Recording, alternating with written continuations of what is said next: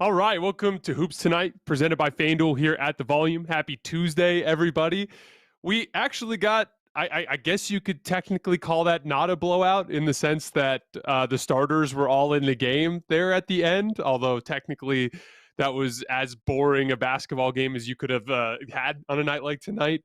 I had seen this game coming based on a couple of specific details. We're going to get into all of that. We're going to break this game down a little bit. Not going to get too far into the details because it was a textbook mail-in effort from the Warriors on a bunch of different levels. We're going to bring my guy Carson on in a little bit, and we're going to dive a little bit deeper into some of the implications of tonight and looking forward into this postseason run. Talk a little bit about the all NBA teams that got announced today and just have some fun talking about some macro topics around the NBA.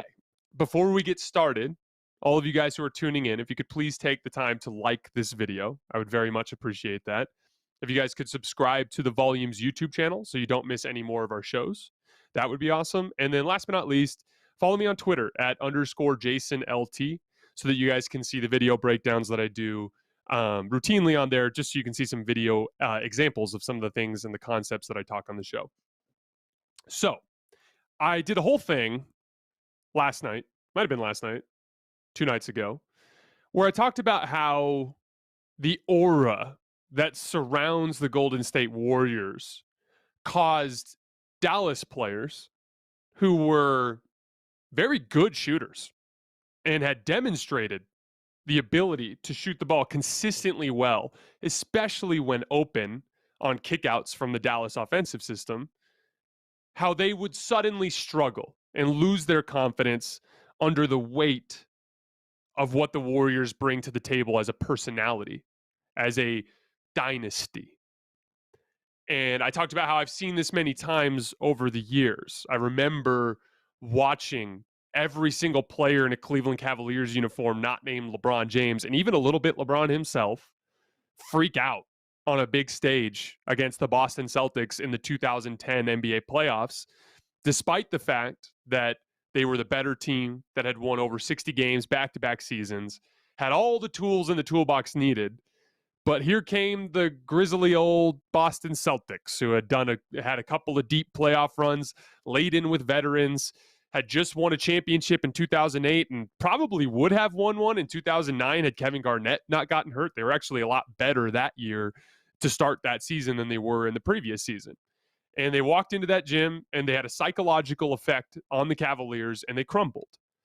I watched LeBron in 2015 and 2016 have a similar effect on the Warriors. They were the up-and-comers. They were the more talented team. But LeBron had been in the finals so many times that he brought that aura and that confidence. And all of a sudden, a lot of really good players, Klay Thompson didn't shoot well in either of those NBA Finals series, 2015 or 2016. Harrison Barnes completely combusted. Ironically, there was a chance that had things gone a certain way in Game 7, that Draymond Green might have won Finals MVP, which I would have disagreed with. You guys know how I feel about Steph in Finals MVPs. He already has one in my book, and had they won in 2016, I would have given it to him there too. But you saw that psychological effect impact them, and it may or may not have cost them in 2016, and it almost did in 2015. But now the Warriors are in that position where they are the team that is supremely confident in a huge road Game 3 against a very good basketball team. And now the Dallas Mavericks are the team that hadn't been there, that was new on the block, role players that hadn't been on that stage before, and they all crumbled in Game 3. And it's a huge part of why I'm such a huge believer in the Warriors moving forward, which we'll talk about in a minute. But I had a feeling about tonight. I went on with Liv Moods, who's one of our huge gambling people here at the Volume. You guys should follow her if you don't already.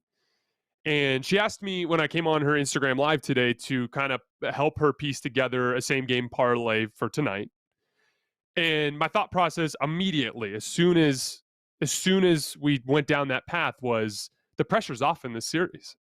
You're down 3-0. You're not going to win. Guys, like, I don't care what you saw tonight. Golden State's winning this series. All you Warriors fans know it. All you Mavericks fans know it. All the other 28 teams and their fans, they know it. The Warriors are going to win. So what does that do psychologically to all of those same shooters?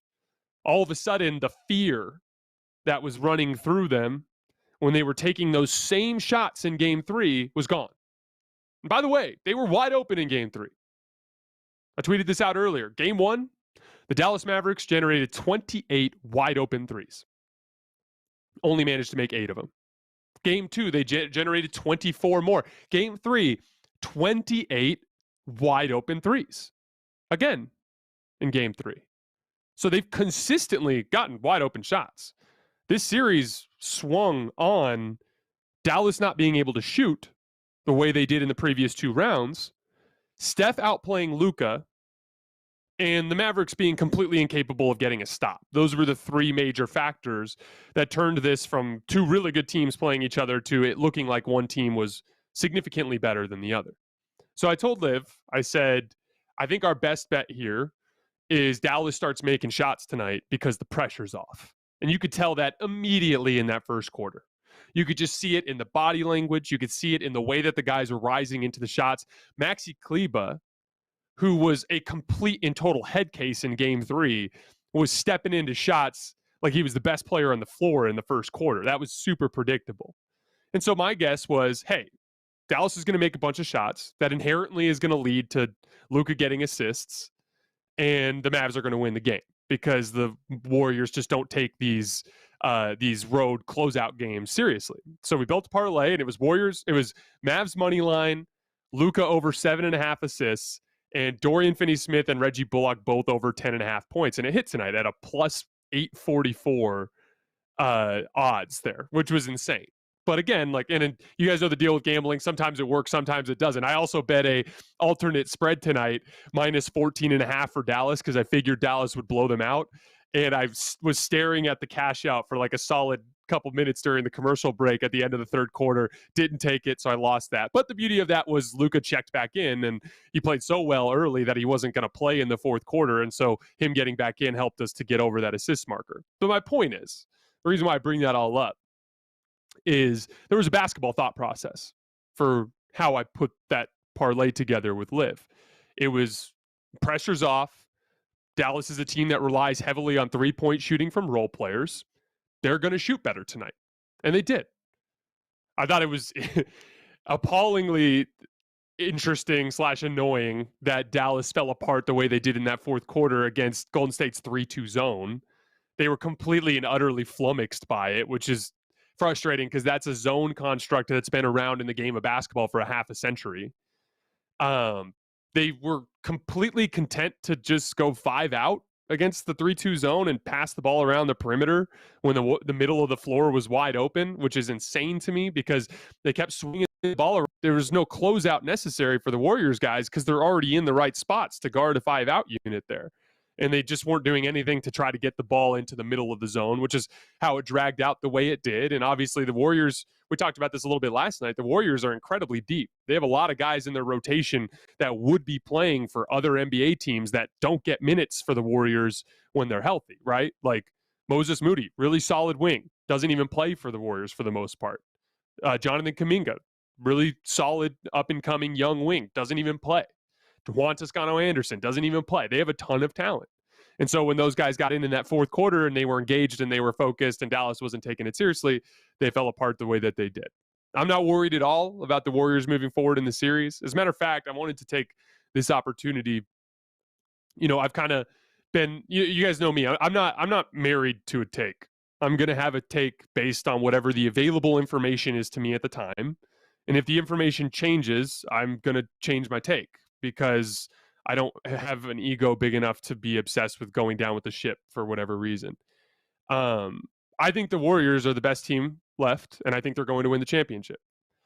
I have been really high on Boston through this entire stretch, but their inconsistent effort and their inconsistent focus, even though it hasn't burned them yet, it almost did against Milwaukee. And they're 2-2 in a series against Miami that they've utterly dominated. And the reason why they're 2-2 is because of that like complete and total lack of consistent focus and effort.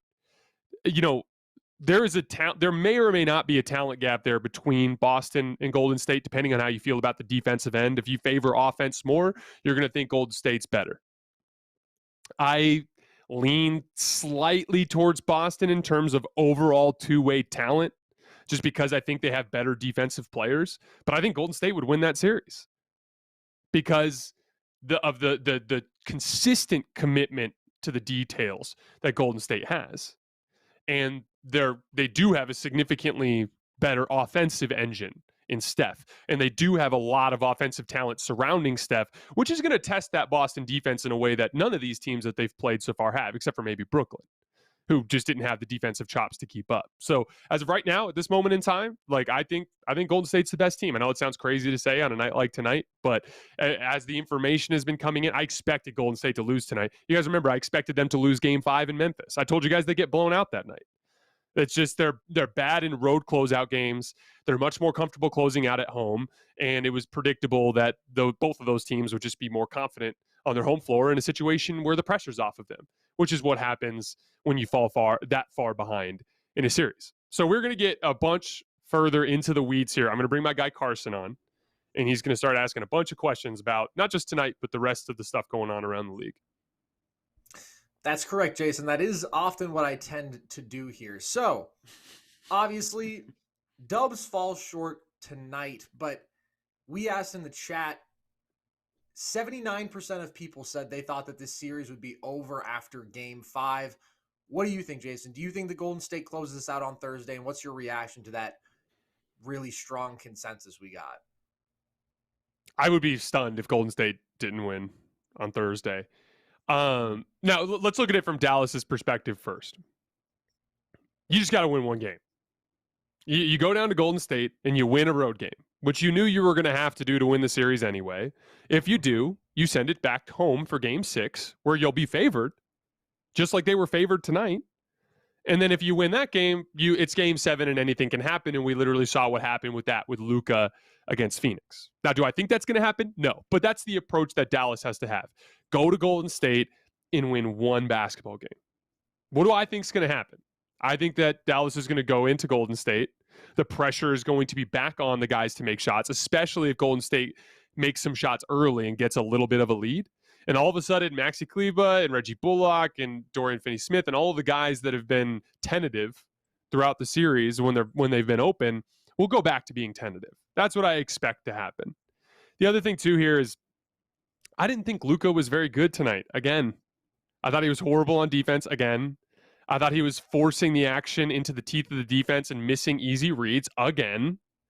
And I just don't think he's sharp enough right now to go down into Golden State and lead them to a win. So I will be on Golden State big in Game 5. If the Mavs do extend the series, how do you think they pull that off? So a couple things.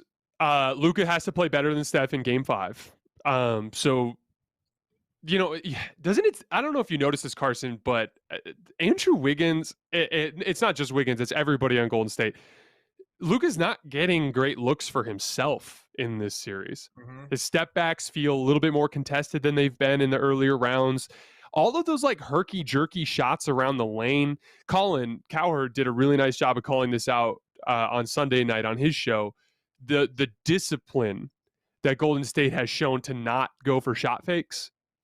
And what usually ends up happening is when you, as an offensive player, the advantage of the shot fake is if you get a guy off his feet, you're at a great advantage, obviously. The problem is once you've made the shot fake, you lose all of your physical momentum. And so it gets way, way harder to get lift from the dead stop that you put yourself in the pump fake. I remember watching Kobe when he was younger, and he'd do those like triple pump fakes before he'd rise up into a jump shot.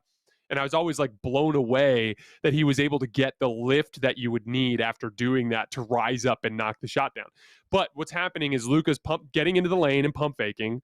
Golden State's not going for it, and he's not getting great looks around the rim. And he's not seeing the defense super well. We talked a lot about this. Steve Kerr has just done an amazing job of disguising coverages and mixing up coverages and making it so that Luka doesn't seem to really understand where his opportunities are or where his open teammates are. It's clearly throwing him for a loop.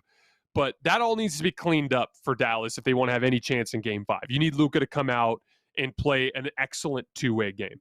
Secondly, you need the role players to knock down threes just like they did tonight in game 4 and just like they did in the first half of game 2. And then last but not least, defensive contain. Everybody not named Luka was really good tonight, and I was impressed by that. But outside of Luka, but Luka, when you go on the road to Golden State, they'll be sharper, and Luka will also have to be sharper on the defensive end there. But if they defend well and they knock down shots, and if Luka plays well, they have a chance. I think that all three of those things will probably go south for Dallas. All right, let's pivot to the other game 5 that is coming up, obviously in a series that feels more up in the air right now, perhaps has certainly been unlike really any other that I can kind of remember in recent conference finals history. So as we look to Heat Celtics, Jason, what is the biggest factor in their game 5 upcoming tomorrow? That's interesting. So this game, I think, will end up being our first close game of the conference finals, as awful as that is. So I expect both teams to come out focused. As much as I've credited Miami for being really well coached and dialed in on the details, I thought they were a little flat in game 4. Now, don't get me wrong, Boston came out and played a hell of a game, and Boston's better than them on both ends of the floor. But Miami lacks some of that intensity. All of that aggression that Bam Adebayo had in game 3 was just gone. It was like it was like he was possessed in game 3 by someone else's consciousness. I've never seen anything like it. Because if you take the 3 games surrounding that and juxtapose them with game 3, it just doesn't even make any sense. So I expect both teams to come out dialed in a way that they haven't consistently been throughout this series. The key for Miami is going to be shooting, particularly three-point shooting. They just can't afford to not shoot extraordinarily well from the perimeter with their talent disadvantage. For Boston, it once again is going to come down to offensive execution. We've talked a lot about playing with force. When Miami comes out at the opening tip in game 5, you can bet on them to apply a ton of ball pressure and to be sharp in their defensive rotations, and it's going to be imperative early on for Tatum. I don't know if Marcus Smart's going to play yet. That's up in the air as of right now.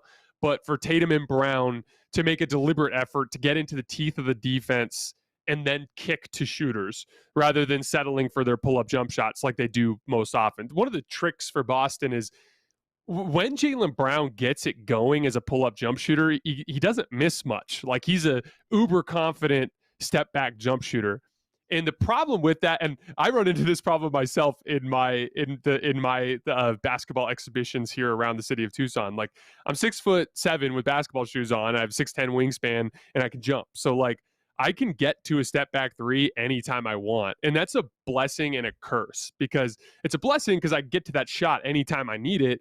And in my head, I'm like, I'm knocking down half of these. Like, they're going to go in half the time. That's the way I feel mentally. The problem is like, with my size and athleticism, if I go to the basket, I'm more efficient, especially playing against amateurs, right?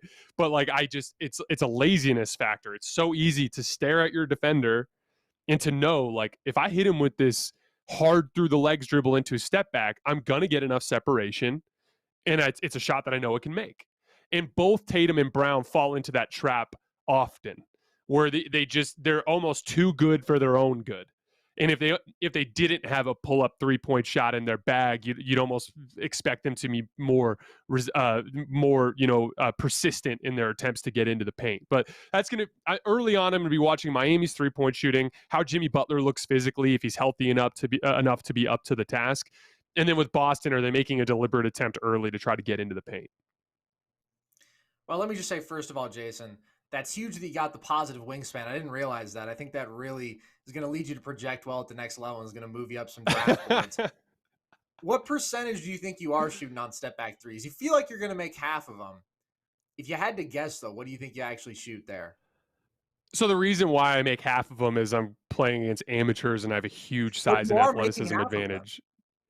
Well, yeah, but I mean, again, if I was taking those shots against NBA defenders, I might not even be able to get them off. So it's all relative. But yeah, against other dudes who just work around the city of Tucson who aren't professional basketball players, yeah, I can shoot 50% on step back threes. That's pretty good. I don't know that we need to play that down.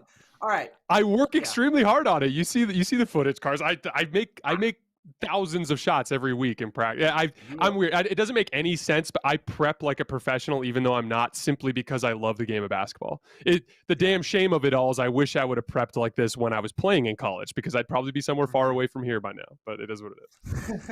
Hey, I mean, being a tough bucket is worth $1 million in joy and clout, in my opinion. Okay. You're absolutely right, Carson. I think so. Okay. We're gonna quickly come back to a Mavs Warriors topic here, just because we have this post-game quote from Jason Kidd. Want to get your thoughts on it.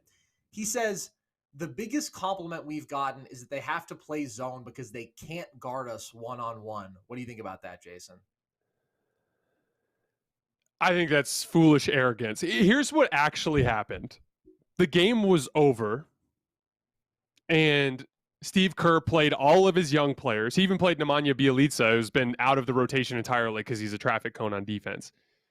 It was Moses Moody, Jonathan Kuminga, it was Nemanja Bjelica, Jordan Poole, and I can't remember who the fifth guy in that lineup was. Oh, Damian Lee. So all guys that are out of the rotation, basically, except for Jordan Poole. And I thought Steve Kerr was just like, hey, guys, run 3-2 zone the entire fourth. Like, just work on it.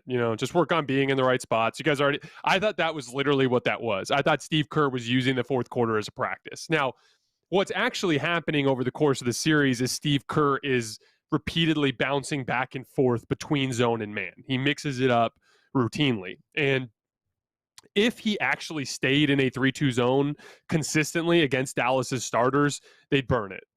They'd light it on fire. Because eventually every zone, there's a reason why NBA teams don't run zone as a base defensive look. I don't think we've ever seen one. And can you remember a single team in recent NBA history who run zone as a base look? I can't think of a single one. No. So the reason why is because professional basketball players are too good to play a zone against. Zones are designed to do one of two things. A 3-2 zone, or pretty much any odd front zone, is designed to take away three-point shooting. Any even front zone is designed to take away the paint. That's generally the concept of a zone.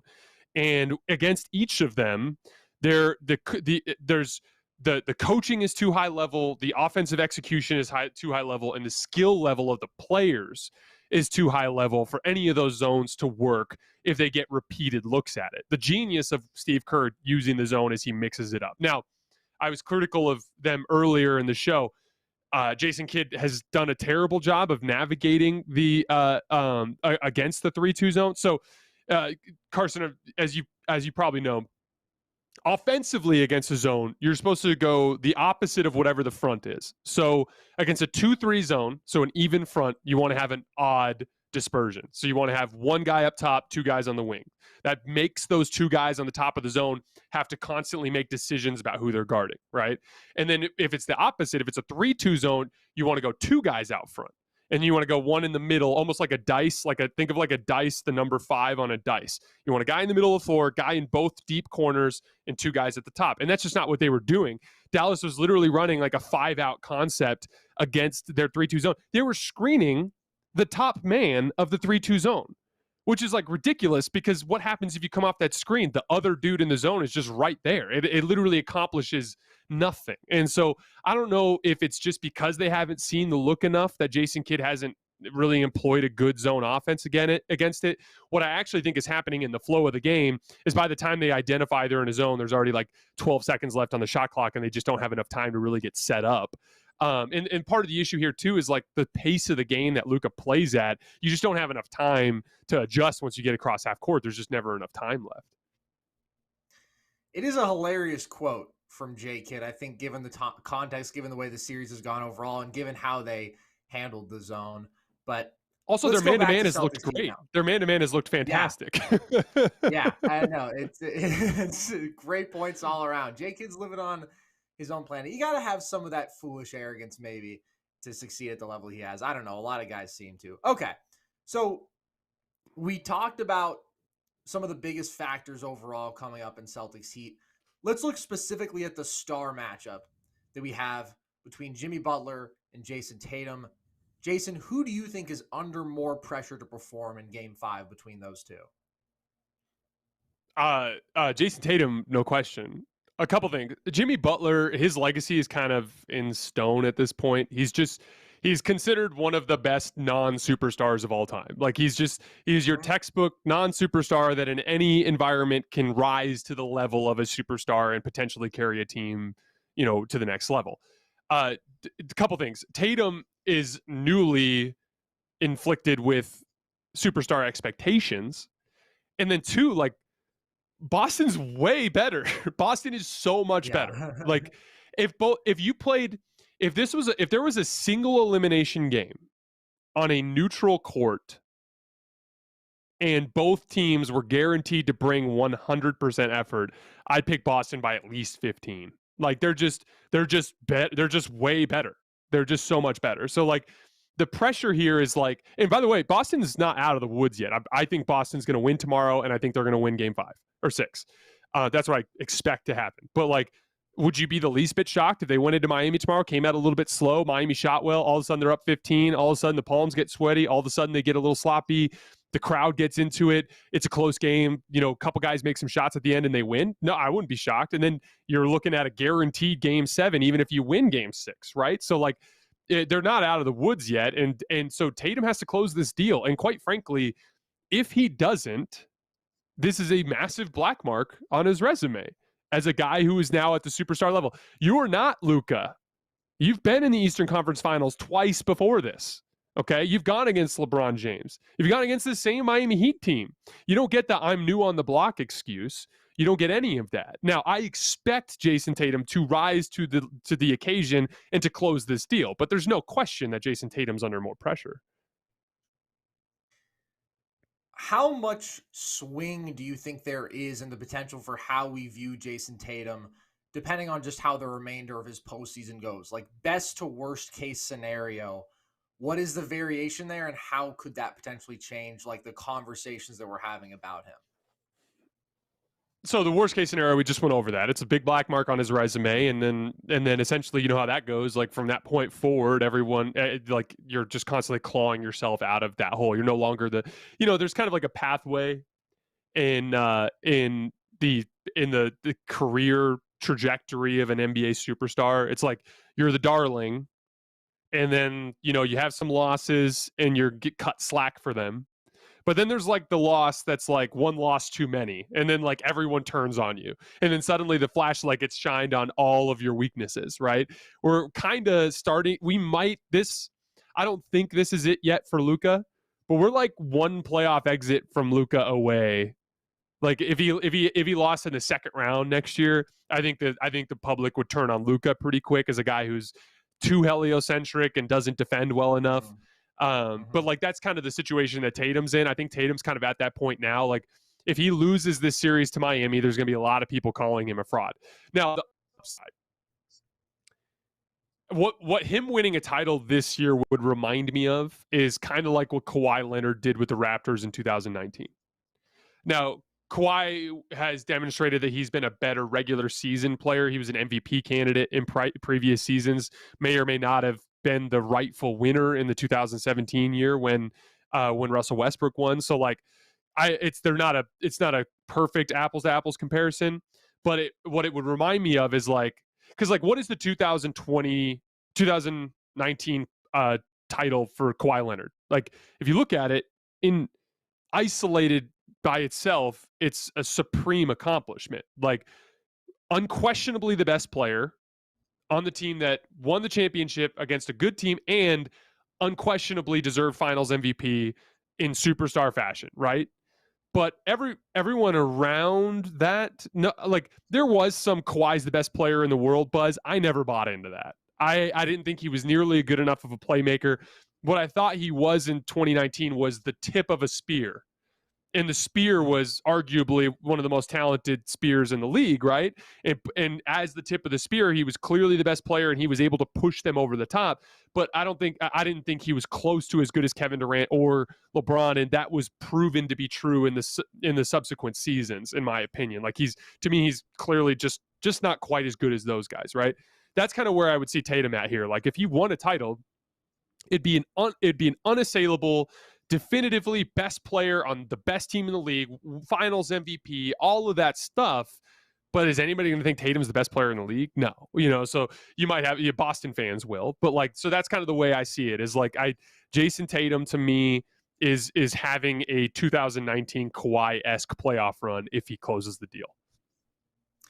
I think it's a great comparison, and we've thrown that out there before a couple times, but stylistically, in terms of the role, the prototype they are as players, the two-way impact, and the incredibly talented supporting cast, but not having that second, remotely superstar caliber guy, there's definitely a lot of commonalities there. So another story with Tatum today is that he is first team All NBA, and he is part of an incredibly young group there.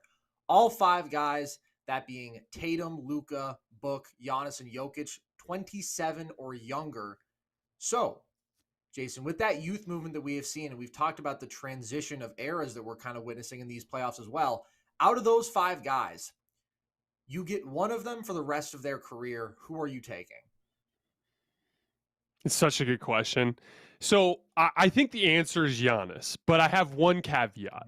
I think Giannis is almost guaranteed to be the best player out of that group for the rest of his career. But I would say that irrespective of general management, meaning irrespective of roster around him. But if I was told that I had a team full of amazing role players that could defend and shoot, and I needed one guy, I would probably take Luka, strictly because I think his half-court surgery is such a ceiling raiser for already talented teams. We talked about this last night. Like, this Dallas construct is kind of genius for me in the sense that the way they space the floor, the way that they attack matchups, it's kind of like built to succeed in the playoffs, right? So I do think that I would want Giannis if I was building from scratch. But if I was told that I already had like the 2019 Raptors and I needed one guy, I think I would take Luka, because I think the way that he could elevate the team in the half court while carrying water for them on the defensive end would cover for it. Actually, Carson, you brought this up last night, and we were already in the weeds on something else, so I didn't want to get into it. But you said I favor offense over defense a little bit. So I do too, for the record. Where I draw the line is defensive liability. But if I could have a supremely talented offensive player who could hold his own on the defensive end, or a less talented offensive player who was a great defensive player, I would take the offensive player. And the reason why is it's so much easier to coach up the defensive end of the floor. Look at what Dallas has done. Look at how they've convinced this mediocre defensive team to defend pretty well, although they've been exposed by Golden State as lacking personnel in the series. But the point is like, I can't coach guys into making shots. Like, I would even say that you can't even coach guys in terms of running sets to get good looks in the playoffs because of scouting and the way that physicality is allowed off the ball and how much teams switch. It's just sets are far less effective than they are in the regular season. That what works in the playoffs offensively is how much your top end talent can absorb attention, And so from that standpoint, like, in the specific environment of that top end defensive talent's already on the roster, I think a guy like Luka would raise a ceiling higher than a guy like Giannis would. But dude, like, how often do we see teams that are perfectly put together? Not very often. So, like, I guess another way to frame that answer would be to say, I think Luka could beat Giannis in a playoff series if he had a really good defense behind him, because of the fact that he could raise the ceiling on offense. But I do think Giannis is the better overall basketball player. That's a super interesting perspective, I think. And to me, those are the two choices as well. As much as I love Nikola Jokic, you have the best player in the world in Giannis, and I think the guy who has the highest offensive ceiling in Luka and is also 4 years younger than Giannis, so there is an advantage there. So that's, again, interesting, because I thought for a time with Giannis that there was an argument that maybe, well, definitely he needed more around him offensively, right? And that we've seen what Luka can do with shooting and just, like, competent secondary creation and how he can propel that to an elite offense. I mean, his second year in the league, he led the Mavs to have the highest offensive rating ever at the time. Like, it was an unbelievable accomplishment. Whereas Giannis, we saw some of the areas in which he could be exploited as a half-court creator and whatnot, and he does need some of that perimeter creation and big-time shot making alongside him. So you think Luka needs more right around him, needs more talent around him to be like best guy on a title team than Giannis does? Yeah, absolutely. But at the same time, like we talked about earlier, which I think we talked about how Luka was vying to pass LeBron and Steph as the best offensive engine in the league, right? Mm-hmm. And Steph, I think, has proven in this series that he's a better offensive engine still. So Luka hasn't quite gotten to that point. But again, Steph's not an option in this list, and we're looking forward with this group of 5 players. Which, by the way, it's super cool that all these young guys made first team All NBA. I think that's such a cool indicator of where the league is going, and that it's healthy and in good hands. But the point is, like Luka as an offensive engine. This is a perfect example. Giannis averaged with the Bucks 82 points per 100 half-court possessions against Boston. Do you think there's any chance in the world that Luka doesn't manage at least a 90 or 100 offensive rating against Boston? Like, I think they'd lose still. You know, I think Giannis's overall impact in that series was better, but like in terms of strictly half-court offensive creation, what Luka brings to the table, I think, is superior to what Giannis brings. Yeah, with you there completely. And you mentioned how cool it is to have such young representation on this first team list. And I think that's kind of undeniable. But as you look at these 5, do you have any issues with it? Anything you would change about the first team All NBA this year? Oh, I hated it. So I think it's cool that the young guys got on in terms of this. Like, it's kind of a cool moment in NBA history, Yeah. but I thoroughly disagree with the list. Like, you know, I tend to follow the Bill Simmons ideology that the all NBA teams should just strictly be essentially player rankings. Like, I think they should be a snapshot of like first team all NBA is who are the 5 best players in basketball that season. Second team all NBA is who's the, 10 best players in basketball that season. That's the way that I would do that. So I don't think anybody thought Devin Booker was a top 5 player in the NBA this year. I think that's ridiculous. I think even even if we look past that to Steph. So for instance, like Steph, in my opinion, even though he didn't shoot as well as he did in previous years, there's even his diminished self this season was significantly better overall as a basketball player, in my opinion, than Devin Booker. So I think that's ridiculous. I could go further. Like LeBron James was, yes, he played on a terrible team. Yes, he wasn't as good defensively as he was in previous seasons, but he was a top 10 player this year. Like, I thought he played better basketball overall than DeMar DeRozan did. Now, DeMar DeRozan had a great season, had some good playmaking, was great in clutch time, had an amazing scoring season. His team was better. I 100% agree with you there. I didn't think DeMar DeRozan was better at basketball than LeBron James this season. That's ridiculous to me. Jason Tatum, as great as he was, and again, there's a games played thing here happening that gets complicated where I could see why Tatum was above Kevin Durant. But when I put my list together, I had Kevin Durant first team. Why? Because I thought Kevin Durant was one of the top 5 players in the NBA this year when he was available. Now, the one thing that gets tricky is the center issue, the Jokic Embiid thing. And I do believe that you should at least try to functionally have basketball lineups represented in this list. But yeah, like those are just like, I just tend to think that these should more reflect essentially player rankings rather than like, team achievement awards. Like, there has to be something separate from team accomplishment in the NBA. And I thought that this would be I think that this is where that should reside. Unequivocally agree with you there. And the book Steph one, I think, is pretty glaring to me because it's such a product of narrative. Like, if you sit down and think critically, their raw production is like effectively identical. Steph, even with his down shooting years, more efficient by true shooting percentage. The on-off data is so overwhelming. It's so obvious how fundamentally important he is as an offensive engine to just a different level than Book. But, the Suns are the best team. Book didn't even have a significant games played advantage. And that did make this year weird because it's like everybody missed at least 10 games pretty much.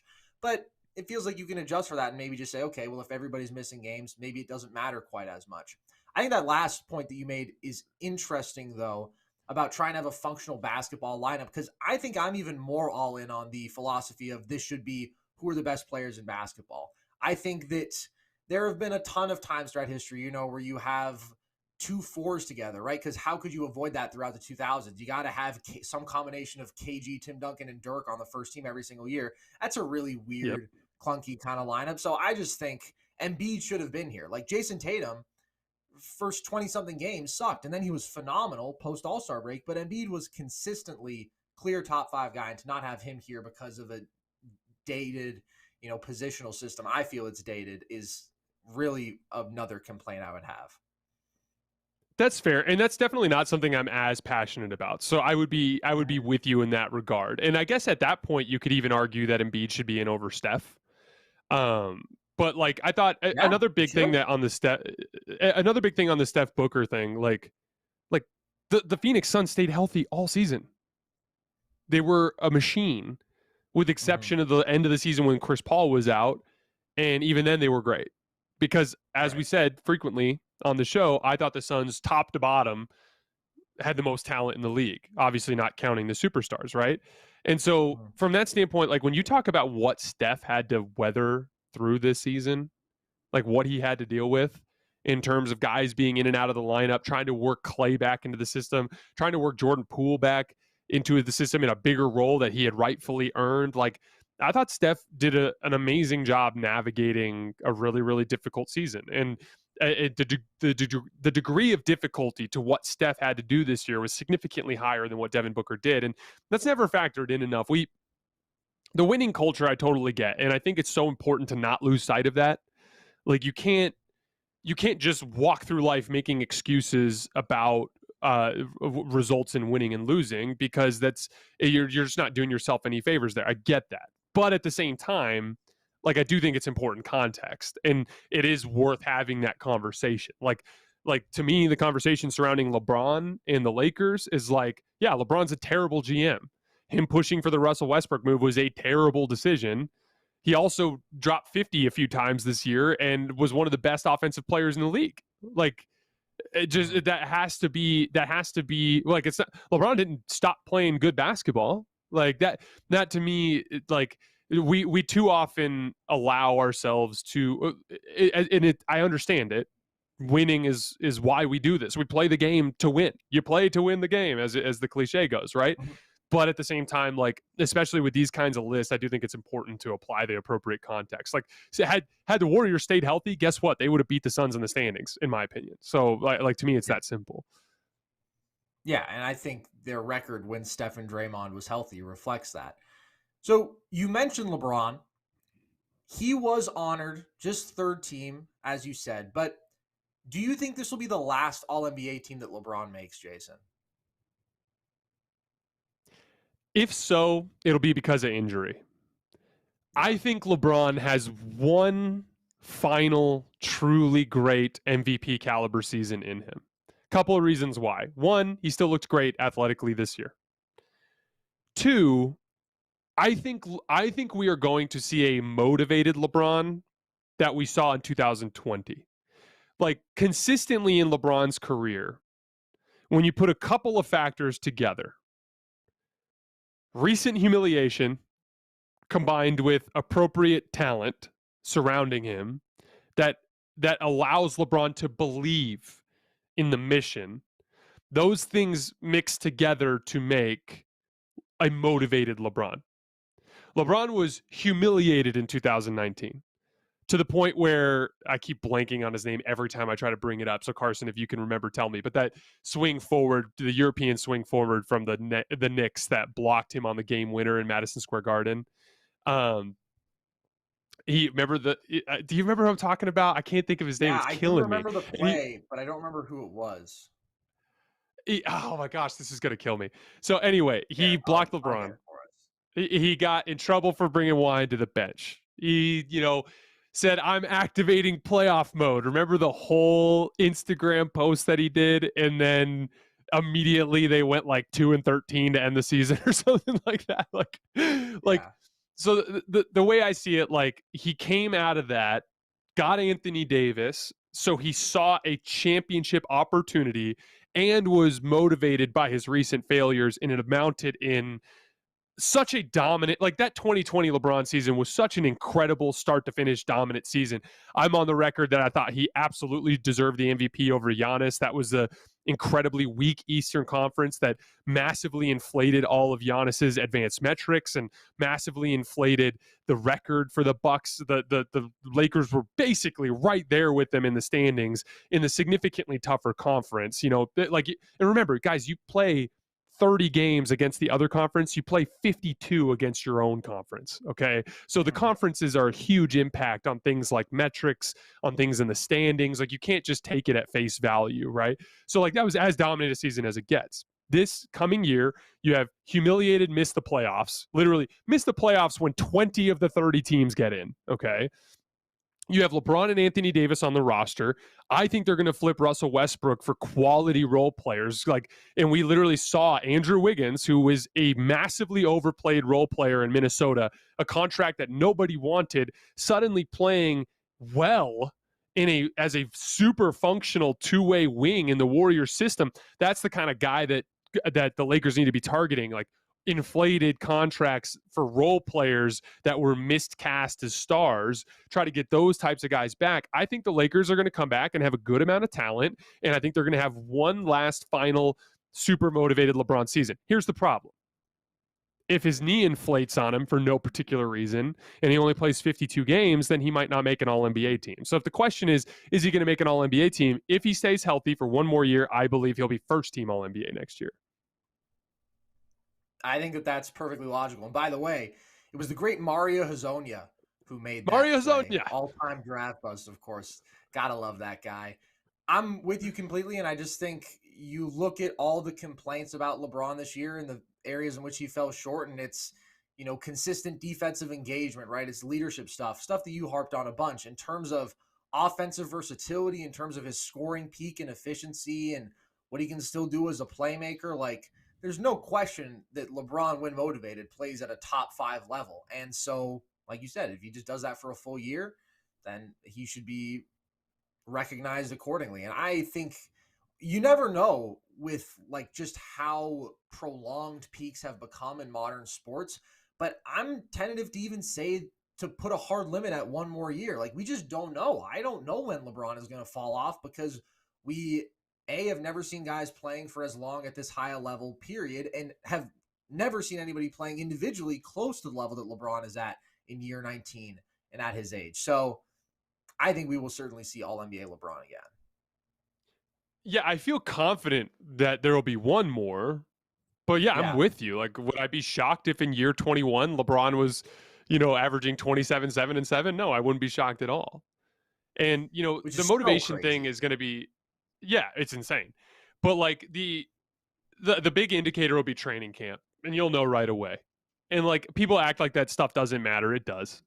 Like, the preseason doesn't matter. Well, guess what? The 2020 Lakers and everybody's ass in the preseason, and the 2022 Lakers were losing literally to everybody in the preseason. It's just, to me, like, even if the stars aren't playing, it's an indicator of the level of focus you have in training camp, in practice. Because even if LeBron and Russ and Anthony Davis didn't play in all the preseason games, if you were approaching practice with the right level of intensity every single day, you would have won 2 or 3 of those preseason games just by playing hard and just by defending really well.